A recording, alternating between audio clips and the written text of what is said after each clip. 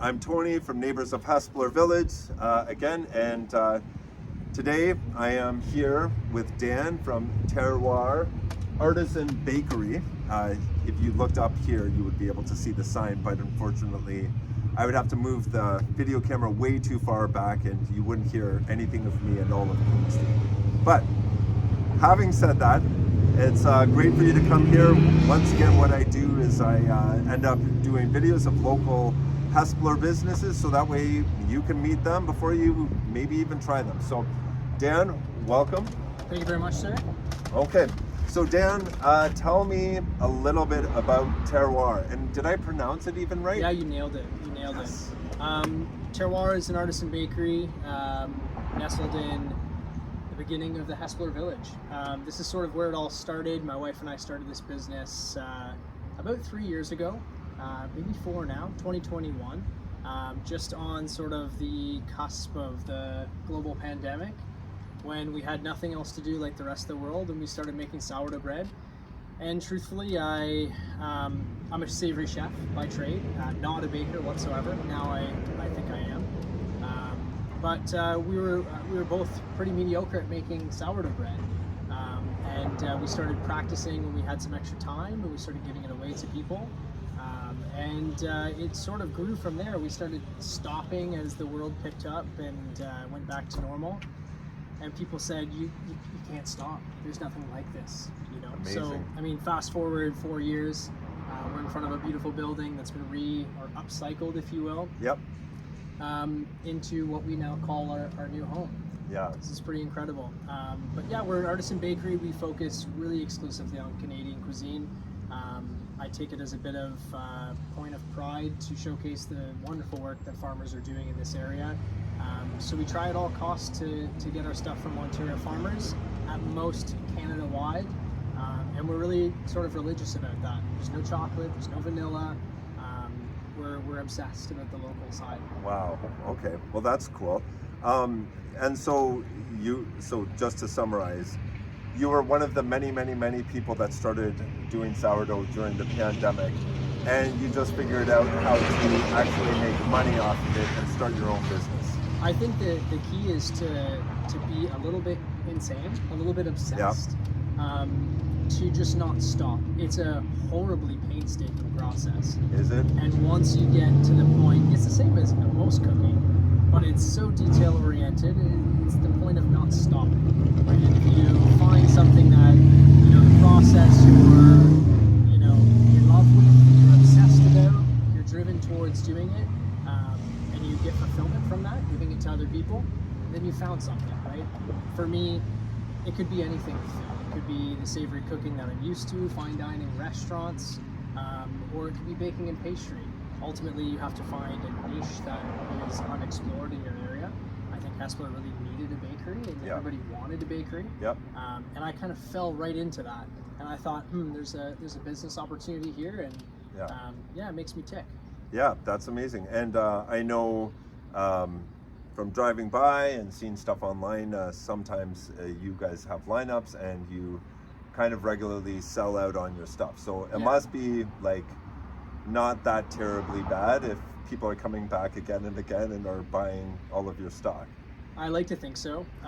We work very hard here, and ultimately I'm trying to make the food that we want to eat as a team. It's not just me, there's a lot of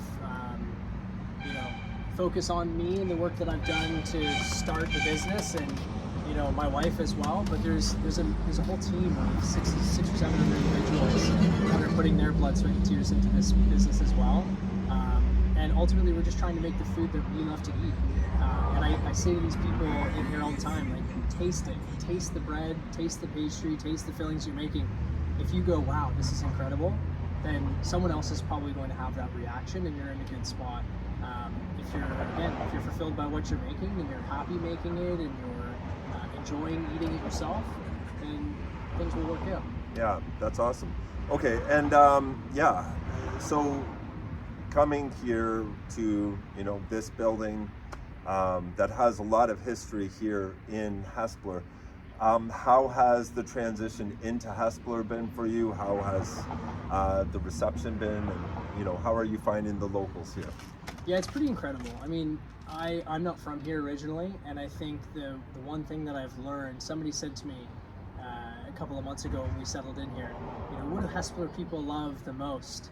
And the answer is Hespeler. They're so community strong. The pride is outrageous. It's crazy. And it's really amazing to have people that are walking in who maybe have not even met me or tasted our products, and just to give us a warm welcome.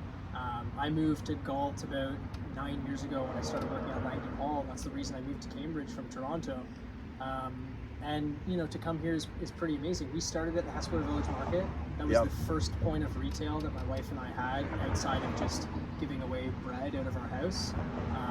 So it's almost like a coming home sort of feeling, because we ventured off and did other markets and did wholesale for local restaurants and businesses. And then coming back here is like, it's almost full circle. Interesting. Yeah, the Hespeler community has been amazing through the whole process, because it's kind of where it all started, where that support started. Yeah. Well, and my first exposure to your business was, I think, 1 or 2 summers ago.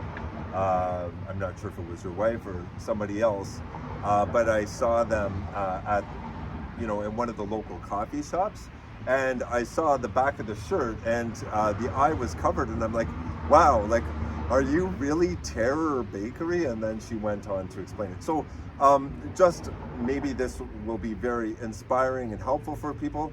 What does terroir mean? Why did you choose that name out of all of the names in the dictionary you could choose from? Yeah, it's really interesting. It's a good question. So the word terroir is a French term. In the world of wine, which is where it comes from, terroir is often used to describe how the natural environment affects the flavor of food. So if you're thinking in the world of wine, if you're tasting California Pinot Noir versus French Pinot Noir, why do they taste different? And it's because of the elements. The soil is different, the air is different, the water is different, the handling is different. So they would say that the terroir affects the flavor of that. Now for us, we're extremely locally driven. So when we're making our hazelnut pastry, we're not adding vanilla and chocolate. We want hazelnut to be the focus. So we like to take one ingredient and blow it up, because that ingredient is the best that we can find in this area. Even the milk that we're using.